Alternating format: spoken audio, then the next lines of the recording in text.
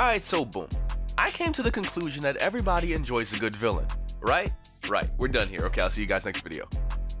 Honestly, villains are some of the most, if not the most interesting characters in any medium if done correctly. When you've got that nice mix of like backstory, motivation, and reasoning, or just actions, these guys can really push the story forward. It's hard not to feel a way about a character if they force you to have a reaction. Allow me to take you back, I want to say 15 years or so, when a young Aipom was about 9 years old, okay? I was a very huge fan of wrestling because I didn't have cable, alright? Listen, the boy was broke, it was kinda whack, and these muscled up athletes were the closest thing I had to superhero shows during the week. These guys were fighting, they were talking crap, they were forming alliances, and I bought every minute of it like it was real life stuff. And nothing got me more invested than a good bad guy. You see, in wrestling they have pretty much two alignments, okay? You're either a babyface, the good guy, or the heel, the bad guy. When a good guy went bad, when they did that little heel turn, I was devastated, okay? And they'd really be the villain the next week. It was like, once they did that, there was no turning back until they inevitably turned back. They had their reasoning, they had their plans. It was OD. Everyone under the age of like 15 was invested. Some of the most memorable heels are iconic by now. Even if you don't watch wrestling, I'm sure you know who like The Undertaker is, or except, guys, you know the bad guys. Let's take it deeper than that though, okay? More fiction for you. Dragon Ball, right? You guys gotta be familiar with it by now if you're on the channel. With all the problems the show has Frieza though. One of the most iconic anime slash manga villains of all time. At me. Yes, I said it. He's more popular than most of the characters you're thinking about. Stop it. Stop it. Cut it out, okay? I said it. He's a small, pale lizard man with lipstick. His actions, his demeanor, his vocabulary, even when he's forced to work with the good guys, you can't really fully trust this dude because of the past he's had, you know? That's a dope villain right there, in my opinion at least. He blew up the main character's best friend in front of him. He survived all the pro tag powers and ass pulls. Getting back into watching these works of fiction really has me looking at villains in a brand new light, you know? Without a doubt, a good villain can become just as legendary and beloved as the heroes. Long-winded intro aside, let's talk backstories. One of the things that always interests me with the villain character is their backstory, you know? What makes them turn out the way they did? 9 times out of 10, finding out a character has a lame backstory pretty much screws them up to general audiences. I mean, if you watch Dragon Ball Super, look at Jiren. He's not as cool as most of us thought he was before seeing his backstory, you know? He's pretty much Batman. It was like, oh, I guess, you know? When you find out the villain went through some trauma or something insane that you yourself can go, yeah, nah, it's kind of messed up. I actually understand why he's doing this. He's got you. You reacted. I think the villains I appreciate the most, though, are the ones that share similar backstories to the main characters. You know, there's a really cool point in insert anime here where it's like, you destroyed my village. All of this. Why? And then the villain goes, okay, but your people destroyed my village the exact same way years ago. 10 points if you know what anime this is from. Boy, my man's really out here for revenge. It's so dope to see this character that kind of mirrors what the protagonist could have been if they went about things differently, you know? When the two forces can have clashing ideals, it makes for interesting storytelling. You want to see them keep interacting because at that point, it's about survival. Who comes out on top knowing that both characters climbed out of the same hole, you know? And hey, on that same note, if a villain's backstory is too trope heavy or it damages the believability of the villain, you might completely lose investment in the material. How many times have you heard the story about the ancient evil that was prophesized long ago and sealed away in a magical device or incantation that pops up every X number of years that only the chosen one can stop? Okay, guys, if you come across this story again, just don't watch it. Just run. Just skedaddle. Okay, just dip. just friggin' dip. Yeah. You know what else I can't help but love? A good motivation, okay?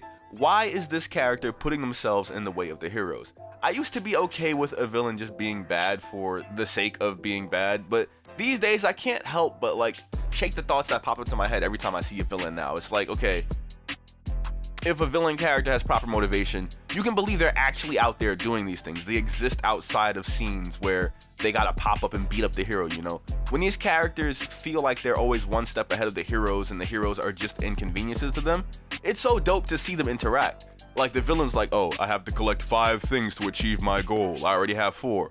And then the main character is like either stumble across this thing that they need, or they had this thing as an heirloom for hella long and now they have to cross paths. The villain was always doing this thing, was already doing this thing. It's not like he popped into existence and just got onto the train to start, you know, BSing, you know? Or what about the motivations that are shrouded in mystery? Like a character has to, I don't know, kill their entire family out of nowhere. But then it turns out it was assigned to them by higher-ups. Otherwise, the entire war would have broken out, and that would have just screwed over society entirely. I'm gonna throw in another entire just because I like the way that word sounds, okay, on my lips, entire.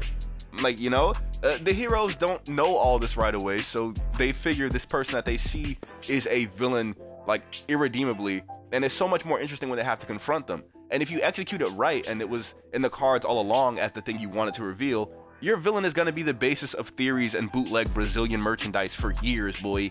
You can't lose when you plan the motivations, boy. Itachi.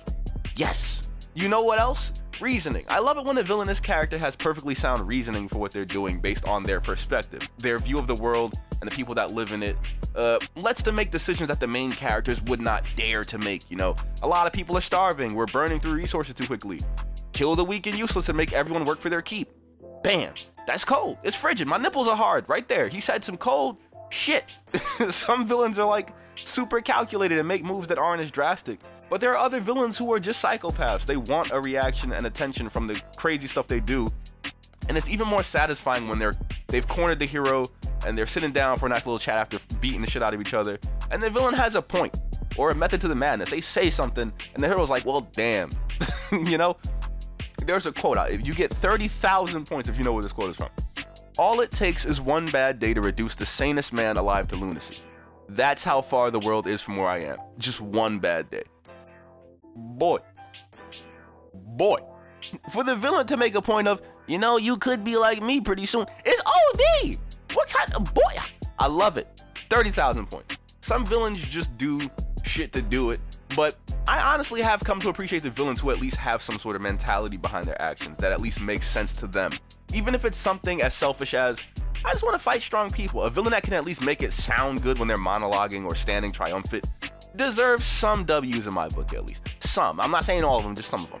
And you know what else? The last thing I want to talk about is actions, okay? A good villain has to do something worthy of making him a villain. Like, I wouldn't paint a person in jail for tax evasion a villain in the same sentence that I would, like, call a murderer that, like, killed 7 people or something, you know? Like, when a villain character can convincingly pull off something dark or twisted, and their motivations or reasoning lines up with it, I feel like it makes that character even more interesting. Like, imagine having a character that's so selfish they enslave an entire race to do their bidding in, like, a space monopoly or something like that. Like, an alien race just gets enslaved, right? And then one day the selfish dude has a vision where one of the members of that race is gonna overthrow him or something. So they decide, you know, let's kill everyone in that entire species to avoid that fate. You's a villain. You poppin'. Like, okay. But nothing is more compelling than when it's pulled off right. You know? Nothing's more compelling than when it's pulled off right. And what I mean by this is, like, we're gonna do the twist, okay? Because that wasn't the last point. When it's pulled off right, when a hero falls into darkness and makes that heel turn, boy, I feel like that's one of the greatest types of villains, you know? To grow attached to a character and then see them making so much progress towards their goals or whatever in one way or another, and then they suddenly side with evil or something influences them to become the dickhead. Bruh, it gets me all the time. I haven't watched it yet, but my boy was telling me about Berserk, and one of the characters, he's like a friend to the main character, and he ends up going real hashtag dickhead mode. Bruh. Yes. There's a few actions that make you 100% dastardly, and I'm pretty sure he does at least one of them, you know. He does at least one of them. It gets me all the time, guys. This video is, it wasn't really much of a purpose. I might be reaching here. Am I alone, though? Do we all love good villains? As a matter of fact, if you've got a favorite villain, let me know. As a matter of fact, tell me why they're your favorite villain, who they are. I want to hear from you guys. I might even check out some of the series you guys mentioned. You know, I had to take a week off, or like the rest of last week off, just to kind of try to get a semblance of videos in order for you guys. But we should be back. We should be good. I hope you guys enjoyed this here video. I do want to do a lot more talking point videos instead of tutorials and stuff like that. So what do you think? Maybe we can talk about good heroes. I also do have another little mini series I want to do where I'm checking out animes coming up pretty soon, so you guys will see that. Yeah, it's pretty. All right, we out here. I'll be seeing you dudes in the very next video. So take care of yourselves. I really had to get this off my mind, man. Take care of yourselves, be good people, and exfoliate. You just gotta. Where have you been?